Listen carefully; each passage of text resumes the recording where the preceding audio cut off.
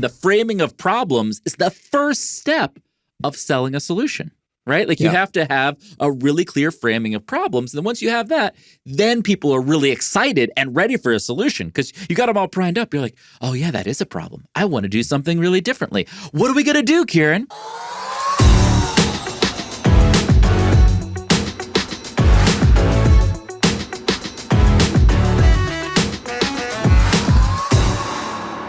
Hey, welcome to another episode of Marketing Against the Grain, your podcast that goes behind the scenes of businesses and individuals who have grown and succeeded doing counterintuitive things.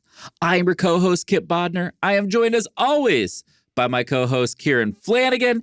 And we have a fun topic today, everyone. We're talking about selling big ideas, that is. It's getting to be strategy and planning time in every business. I don't care if you're a couple people or if you're a couple hundred people or a couple thousand people. You're trying to figure out what are the things that I need to do new and differently. And Kieran and I want to walk you through some practical advice and some funny stories around how you can sell big ideas. And Kieran, I know we bounce around stuff for the show. It kind of comes from one or both of us. This is a topic that came from you because you got a bunch of questions on LinkedIn actually about this topic. Like, what are people struggling with? And like, set this up for us. Yeah, I think the setup here is there's a lot of information out there on just selling products. Like if you're a sales team, how do I sell those products? On pitching your company, if you're raising capital, there's a lot of like, how do I create a great pitch deck?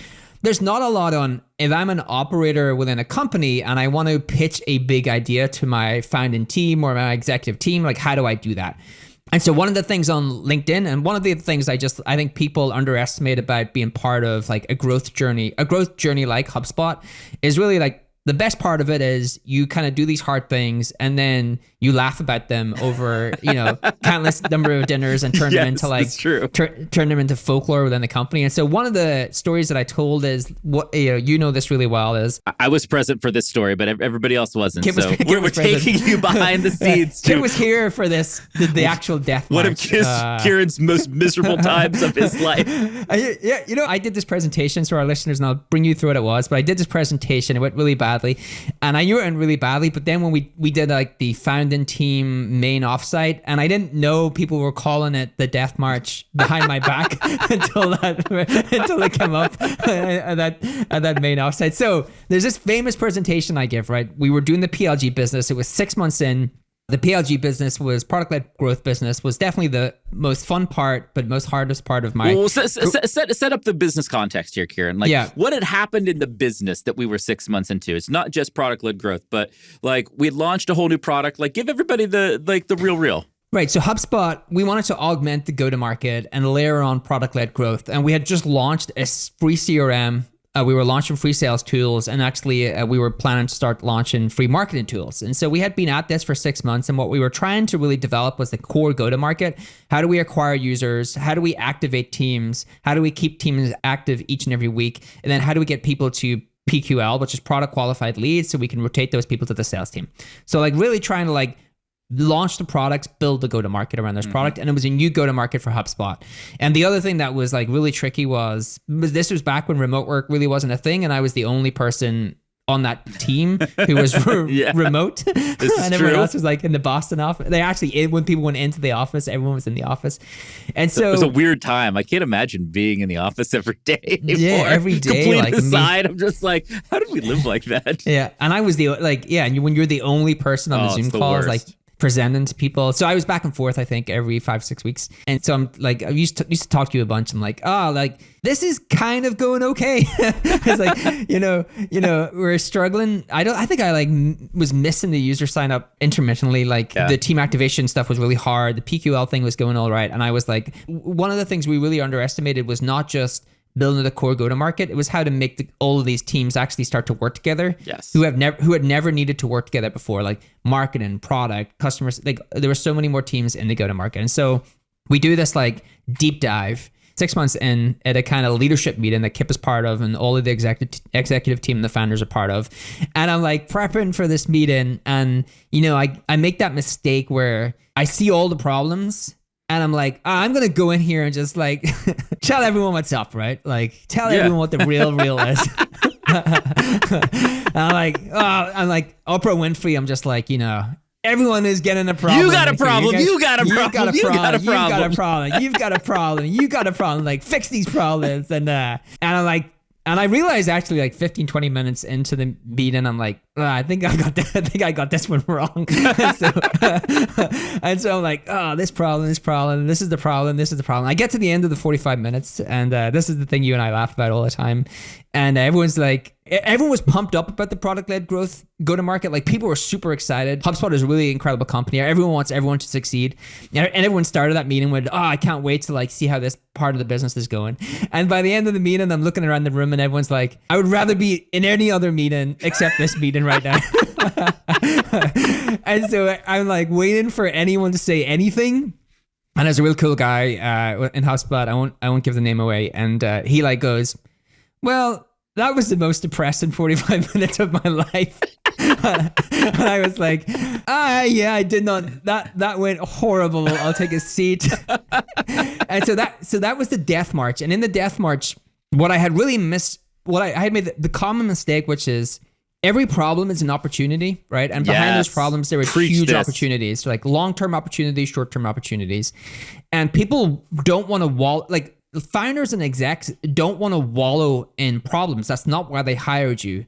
They want to get excited and support you on prioritizing and going after the opportunities, right? I went to you for feedback, and I'll come back in a little bit and talk about how the second part of that went, which was 3 months later, but you were the first person I went to.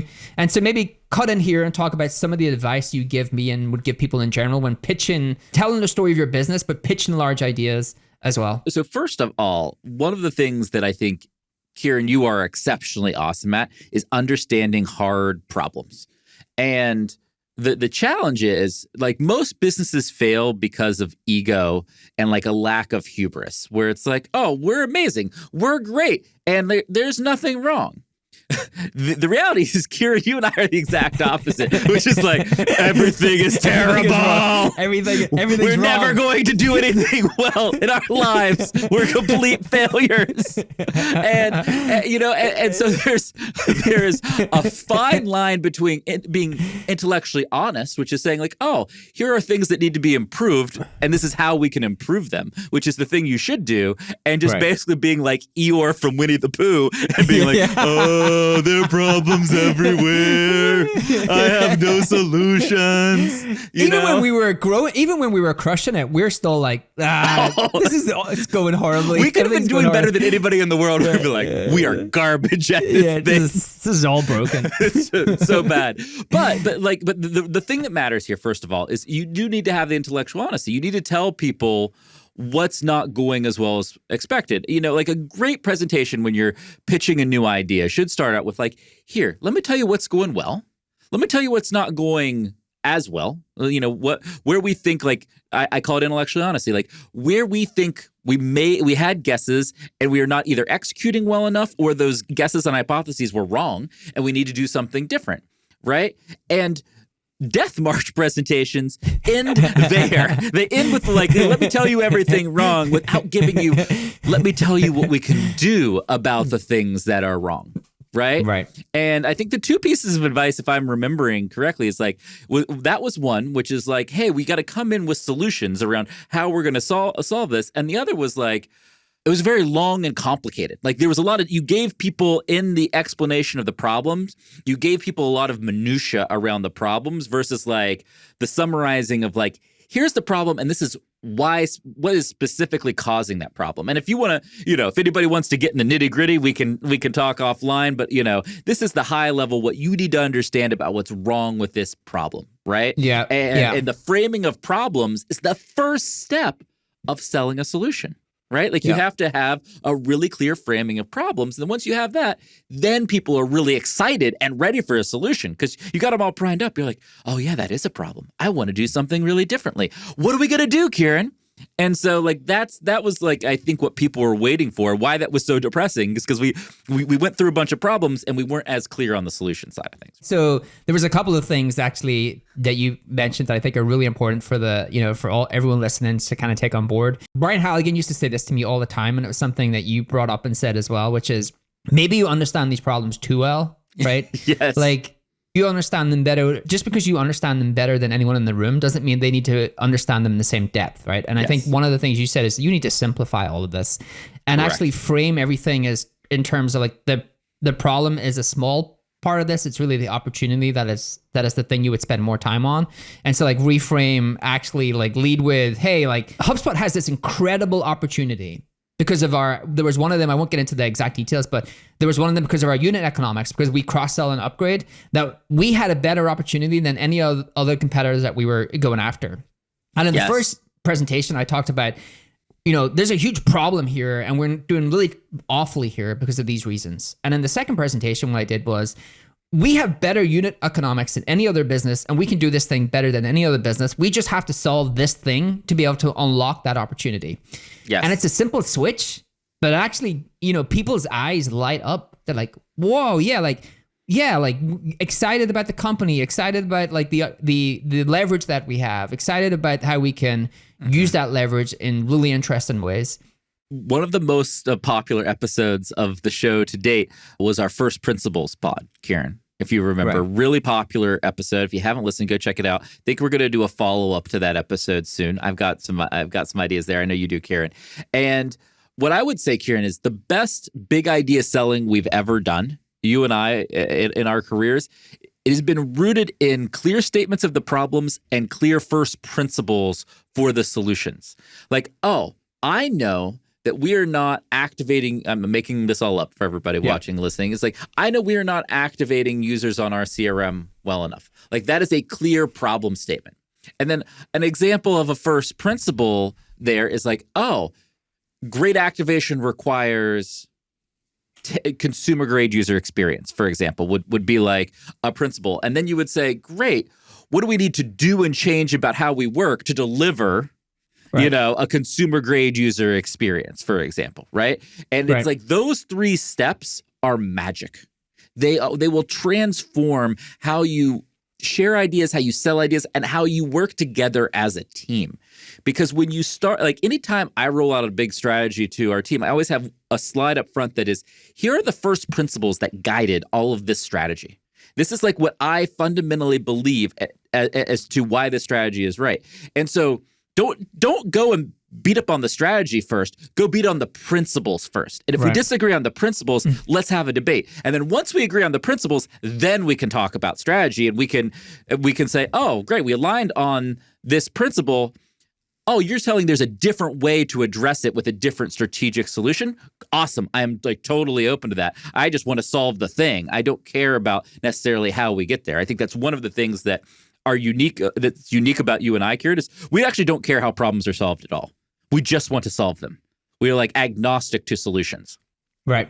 Just want to win. You start. Win, baby. Just win, baby. Your big pitches have always started with what I believe to be true, or like that first principle slide, which always actually sets up the strategy. One of the other things I wanted to quickly touch on here, because it was a great comment we got back on the LinkedIn post. Oh yeah, please. And you kind of mentioned like intellectual honesty, which is you have the kind of courage or confidence in yourself to call things out in a room full of like probably the founders, CEO, the execs, and we're talking about like how you can do that in a way that still keeps people with you through the presentation.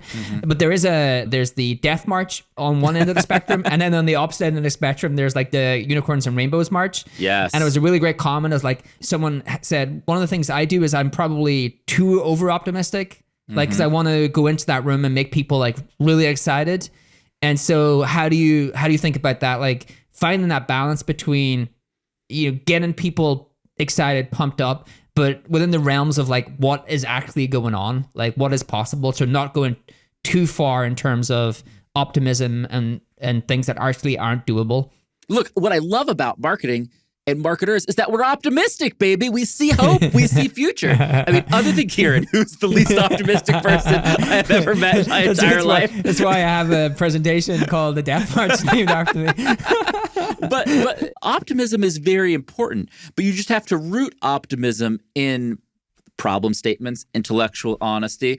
I actually thought you were going a different way there, Kieran. I think one of the biggest problems in somebody selling in a big idea is that they don't believe in themselves. They don't have the confidence in themselves. And if you don't believe in what you're selling to yourself, then nobody else is ever going to believe it, right? Yes. Like you have to sell yourself first. That is job one when you are selling an idea. Are you trying to change the world, change the future, change a business? The first thing you have to do is sell yourself. What is your process for selling yourself? My process for selling myself is, am I clear what the problem is? What do I believe to be true about this situation and the solutions? What are my first principles? And then do my proposed solutions map to those principles? And if they do, then I'm in my head, I'm like, okay, I have rationalized this and logic this out enough to myself that this is going to work. This is going to be really successful. And so I should believe in it and I should get everybody else fired up about it. Right? And it might not work as perfectly, it may not work as fast. Like there are things on the edges that will break. But if I don't believe it, sure as hell, nobody else is going to believe it. Right. There's two other things I would add into that, because that's the main questions I got asked within that post that I did around the Death March was, how do I sell big ideas? Like, what do I anchor it against that people within that room will think this is the right thing to do? There's a couple of other things I kind of pointed out, which is, first of all, you have to understand what's important to the business, right? So you really need to understand the business that you're in, because if you pitch something that is not the most important things, then it's likely going to fall on deaf ears. So first of all, oh, I love that. Yeah, how important is the thing? Like, understand what the priorities are for your business and try to pitch things within the things that actually solve the founders and the CEOs, like the things that they actually care about. The other thing is, I do think there's this like, who in the business, I like to think, the hustle pitch was a good example of this, where I was like, who in the business will hate this idea and give me really hard feedback? And I could name a name that you would know who always gives people really hard feedback. I know a couple of them.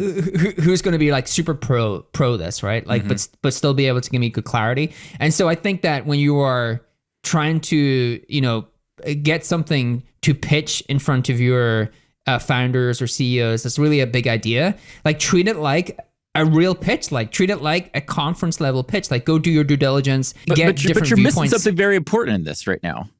You're missing a little bit of the Kieran secret sauce here. It's not just, you got to get the pitch ready. You got to do the pre-sale. You got to do the pre-sale. You got to do the pre-sale, baby. Which means, let's say you're pitching something to like 10 people, right? Yes. And you know 5 of those people are just complete skeptics and they think what you're going to talk about is total crap.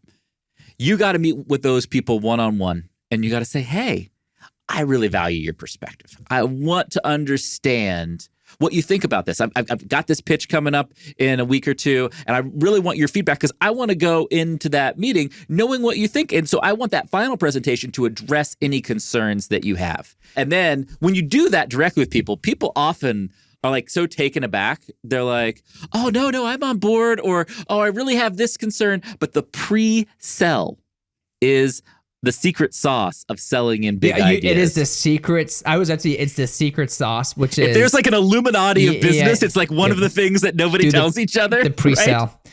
So you never want to be in a pitch when you're trying to pitch the founders of the CEO and someone raises their... People start disagreeing with you in that meeting. Oh, it's the Never worst. do that. The worst. You're sunk, right? They hear 2-3 voices. Like, oh, like these are smart people. And they don't like the idea. I can't be that cool. But it's not just that's that cool. You have to think about like whoever is running the company. Their job is to keep everybody on the same team, right? And so if there's a bunch of voices of dissent, it's kind of like, oh, I might think this is interesting, but is it worth the organizational agita, my management work, everything to like coalesce people around that? And when it's really important, sometimes it is. But wow, that's a choice that you are forcing them to have to make when there are voices of dissent. When everybody else is like, oh no, I feel good about it, then you're actually putting the opposite pressure on them. Like, oh, if I say no to this, then I'm actually the one creating that dissent. Right. But a lot of the pre-sale is knowing who that person will really value in terms of their opinion, and if you know that they're going to have, strong feelings against, and not that you can like, we're not doing like underneath the table deals or like, like just to make sure we're clear on the pre-sale. We're not doing like these sneaky things. We're like, oh, well, we'll give you this if you like go into the, like we're literally trying to like convince that person, or like do our pitch for that person and be able to have a one-on-one time where we're being able to like truly answer their concerns and that doesn't mean that person will not disagree with you, but more times than not, it will work out better in your favor than just arriving in with a deck and having everyone see it for the first time within that meeting. What people hate about business and politics is what Kieran was just talking about. Kieran and I jokingly call it like the metaphorical drug deal, where it's like, hey, I really want this thing. If you support me on this thing, I'm going to give you this other thing that you want. And it's like a behind the scenes, quote unquote drug deal to like get everybody on the same page. And that's what people hate about politics, especially. Like that's like what happens in the US a ton these days. And you don't want to do that. Like that is just setting yourself up for failure. What you want to do is say, hey, I think we both believe this is a big problem. Let me tell you how I think we should solve it. Right. And I want you to have input on the solution, because what most people actually want is to have input on a solution more than anything else. And it's part of selling a big idea is letting the key people involved in it that aren't like you, but are the people you have to work with, feel like they've had input on that idea. Right. Okay. So in the interest of time, to round out the story, 3 months later, I took on the advice that Kipp gave me. Brian Halligan gave me some really great advice. One of the best piece of advice Brian ever gave me around a presentation. Not for this one, he gave me really good advice for this one. And I asked him about another presentation. I have done good presentations, by the way, because this is like going to make it sound like people listening are like, how did Kieran not get fired? Well, there's a lot. I don't know how I didn't either, for what it's worth. The product-led growth days, there was a lot of like presentations. Brian was like very involved in that business. And so I remember him, Kipp, I don't think I ever told you a story where I did this presentation and I was like talking to Brian directly after, and I was like, what did you think? You think that all made sense? And he goes, well, look, I can't really remember it, which means it wasn't bad, but it wasn't that great. That's the nicest way to say you just wasted a bunch of my time. So anyway, 3 months later, took on board the advice that Brian gave me about this presentation, that you gave me, Kipp, really great advice to bring this presentation, especially this make it simple, the framing you did around first principles, the opportunity, that clearly state the problem and how we solve that. And I think that 3 months after that, I did the follow-up presentation on a deep dive and never had such positive feedback about the deck, had slacks, everything about how good that was. Oh yeah, so I it was 100, baby. So I think if people listen to this and truly take it on board, it really is a game changer in terms of how you pitch your business, your ideas, your strategy. Kieran, I completely agree. I think it's a great example of taking advice and iterating and like getting great at selling ideas. And one of the things Kieran's amazing at is like learning, iterating, and really, really improving. On this topic though, Kieran, there's one thing that we haven't talked about that I know is going to hit a big nerve with you that I have to bring up. That is, there's one other way that these selling big idea presentations fail. And it might be one of your biggest pet peeves in the entire world. Are you ready? Okay. It is when somebody goes in and pitches an idea, and maybe they're admitting the problems, but their solution is just all about them and what they want and like the team they're trying to build. And it's like in complete empire service. Builder. They're an empire builder. Exactly, baby. Don't hire empire builders. Oh, they're the worst. Do not hire empire builders. They're the worst people to have at your company. They just bring them in. They're just like, no. How you fix this? It's not investing over here. It's giving me more stuff. Just give me more stuff. Just I build can my do team. I'll put it all on my back. I can make it happen. No, the best ideas and best solutions that are big are cross-functional in nature. They're rooted in the right principles, and that is how you really sell in and transform a business in the process, right? Like the work that Kieran did that like was behind this presentation transformed HubSpot, transformed the business into the business we're in today. So it's not just selling ideas for the sake of selling ideas. When you sell a big idea, that's how you transform a team. That's how you transform a company. And that's ultimately what really matters. The best people that I have worked with, you are one of these people, and other people that are incredible that I've worked with, they only want to win. They don't care who. That's the game. They want to show you the problem, solution. They don't care if they own it. They don't care if it adds to their team. They don't care about any of that stuff. They're just like, I want to win, and this is one of the ways that we are going to win as a company. And that's the kind of people you want in your company. Could not agree more. I also love any podcast episode, Kieran, where we get to hear embarrassing Kieran stories. So like today was already like one of my favorite episodes. And I would say, if you like embarrassing Kieran stories and you like the show, you're going to want to make sure you go subscribe over on YouTube. We've got exclusive YouTube shorts over there. We've got full video episodes. You can see us laughing and arguing with each other in real time. It's amazing. Subscribe. Great content. It's going to be hot. And I'm still thinking of doing that food video. I've started to ideate on like me cooking food. I got to see the raisin pie, man. I just want to see this weird raisin pie thing. The raisin. All right. I'm gonna have to cook. I'm gonna have them to cook mince pies as part of like the first show. Whatever your weird cooking YouTube channel. But in all seriousness, thank you everybody for listening. We'll be back with you real soon for another episode of Marketing Against the Grain.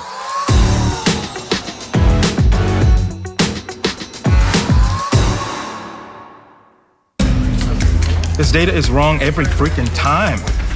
Have you heard of HubSpot? HubSpot is a CRM platform where everything is fully integrated. Whoa, I can see the client's whole history, calls, support tickets, emails, and here's a task from 3 days ago I totally missed.